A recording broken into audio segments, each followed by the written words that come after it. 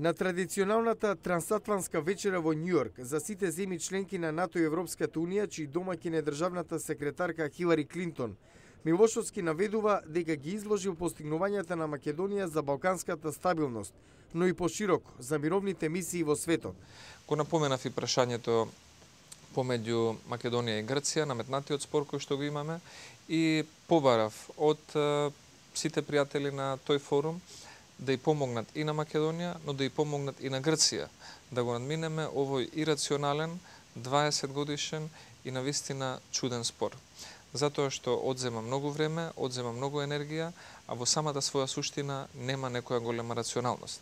Апелирал на поголемо внимание и од американската администрација и од европските земји. Бидејќи Македонија е мала земја и самата со своите потенцијали не може да ја убеди Грција во прагматично однесување за одреден компромис.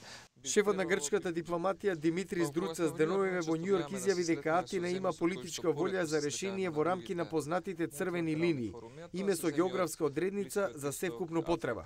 Мислам дека грчката дипломатија многу повеќе е фокусирана на така наречената blame game во цел овој билатерален спор, отколку на содржинските поместувања во нивната позиција и одбегнување на фразите и реториката на црвени линии, кои што според мене се и црвен картон за било каков компромис.